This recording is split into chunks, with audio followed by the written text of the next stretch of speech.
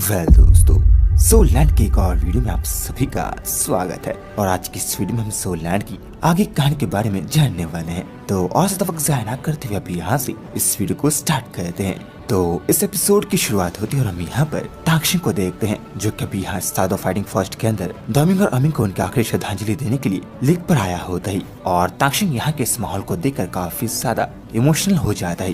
तांगशिंग को यहाँ पर वही किस्सा याद आता है जब यहाँ पर दामिंग और अमिंग को वुहान एम्पायर के स्पिरिट मास्टर्स ने बहरहमी से मार दिया था। और फिर यहाँ अपने आखिरी वक्त में दामिंग और अमिंग ने तांगशिंग से एक वादा लिया था कि यहाँ पर तांगशिंग जरूर एक बार फिर से जीवू को जिंदा करेगा। और यहाँ पर तांगशिंग ने भी उनसे एक वादा किया था कि वह यहाँ पर हमेशा जीवू का ख्याल रखेगा। और जो कभी यहाँ पर तांगशिंग इस लेक पर आया होता है, जो कि कभी यहाँ पर दामिंग और अमिंग का घर हुआ करता था, तो ये मोमेंट यहाँ पर तांगशिंग के लिए काफी ज्यादा नॉस्टैल्जिक हो जाता है। और वह यहाँ पर दामिंग और अमिंग को इमेजिन करके काफी ज्यादा इमोशनल सा हो जाता है। और फिर तांगशिंग यहाँ से आगे बढ़ते हुए उस लेक की तरफ चला जाता है, जहाँ वह आगे जाकर दामिंग और अमिंग की परछाई को देखता है। और वहाँ पर जीवू भी उनके साथ होती है और सभी यहाँ पर एक वक्त खुशी खुशी रह रहे होते हैं। पर अब यहाँ पर ये सभी चीजें बदल चुकी है और अब यहाँ पर दामिंग और अमिंग भी इस दुनिया में मौजूद नहीं है। और यहाँ पर जीवू इस दुनिया के अंदर बिल्कुल भी अकेली है। और अब यहाँ पर तांगशिंग के सिवा उसका कोई भी नहीं है। और अब यहाँ से तांगशिंग दामिंग और अमिंग को दिए अपने वादे को पूरा करने का डिसाइड करता है। और अब यहाँ पर वह जीवू का ख्याल रखने का प्रण लेता है। फिर यहाँ से सीन चेंज होता है और हम यहाँ पर क्या रेंजी को देखते हैं, जो कभी यहाँ पर बेबीडॉन के रल्म के अंदर फंसी होती है और वह काफी ज्यादा जख्मी होती है। क्या रेंजी यहाँ खुद से कहती है कि मैं यहाँ हार नहीं सकती और कम से कम इससे तो बिल्कुल भी नहीं। पर यहाँ पर बेबीडॉन क्या रेंजी को रिकवर होने का मौका बिल्कुल भी नहीं देती है। और फिर यहाँ पर अपने ब्लड सकिंग स्पाइडर थॉर्न्स को बाहर निकालकर उस पर हमला कर देती है। कैमरेंजू यहाँ पर एक शील्ड बनाकर बेबीडॉन के अटैक से बचने की कोशिश तो करती है, पर यहाँ पर बेबीडॉन के थॉर्न्स उसे जख्मी करने लगते हैं। और देखते ही देखते यहाँ पर कैमरेंजू के बॉडी के चारों तरफ एक शील्ड का स्ट्रक्चर क्रिएट हो जाता है। और फिर यहाँ पर कैमरेंजू को मिल जाता है उसका एंजल गॉड का डिवाइन आर्मर। और फिर यहाँ से कैमरेंजू आगे बढ़कर बेबीडॉन पर स्ट्राइक करती है।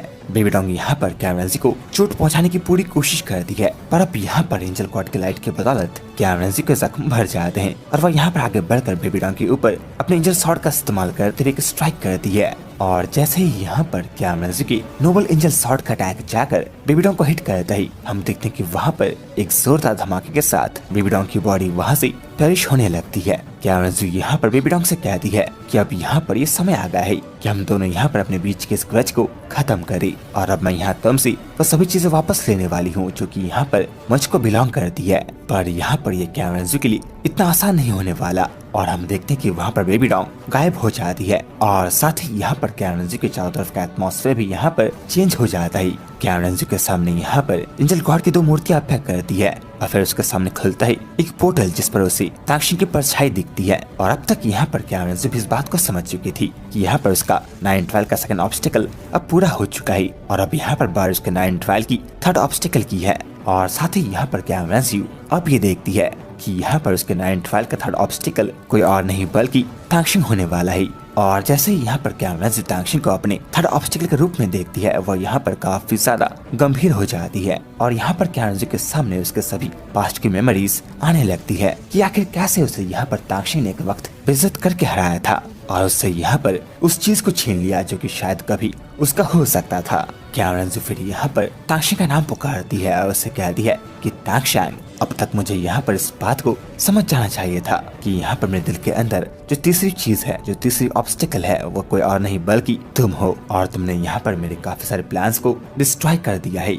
मैंने यहाँ उस प्लान को कामयाब करने के लिए उसके पीछे 20 साल बर्बाद किए और तुमने यहाँ पर पल भर के अंदर मेरे सभी प्लान को डिस्ट्रॉय कर दिया। मेरे ग्रैंडफादर ने यहाँ पर एक सीक्रेट प्लान को तैयार किया था ताकि हम यहाँ पर त्यान्दो एम्पायर का सामना कर सके। और मैंने यहाँ पर इस प्लान के तहत खुद को त्यान्दो एम्पायर के प्रिंस के तौर पर डिस्गाइज करके छुपा कर रखा था। और यहाँ से मैं त्यान्दो एम्पायर के प्रिंस का रूप लेकर त्यान्दो एम्पायर के पैलेस के अंदर जा घुसी ताकि मैं यहाँ पर आगे वुहान एम्पायर के साथ एक कॉपरेशन कर सकूं।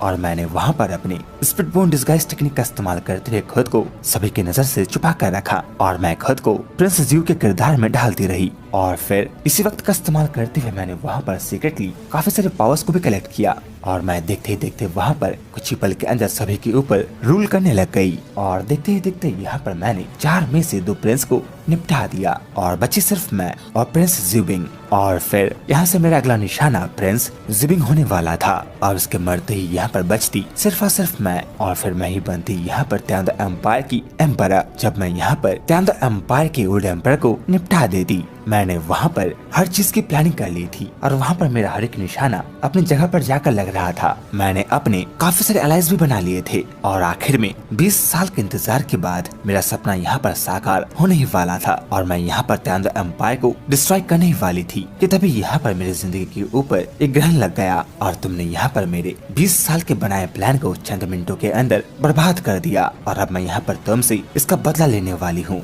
हम देखते हैं कि यहाँ पर क्यानुज़ो की आंखें चमक उठती है और फिर उसे यहाँ से एंजल गॉडेस की डिवाइन इंसाइट मिलती है और उसे यहाँ पर हर चीज अपनी आंखों के सामने नजर आने लगती है। और इसी बीच उसे यहाँ पर तांगशिंग भी नजर आता है जो कि अब स्टाडो फाइटिंग फॉरेस्ट के अंदर होता है और तांगशिंग अब यहाँ पर उसका अगला निशाना है। और इसी के साथ हमारा आज का एपिसोड यहीं पर खत्म हो जाता है। तो दोस्तों, अगर आप यहाँ पर सोल लैंड की आगे आने वाले एपिसोड्स को मिस करना नहीं चाहते हैं तो अभी जाकर हमारे इस चैनल को सब्सक्राइब करें और अब मिलते हैं जल्द ही एक और नई वीडियो एक और शानदार एक्सप्लेनेशन के साथ। तब तक के लिए धन्यवाद।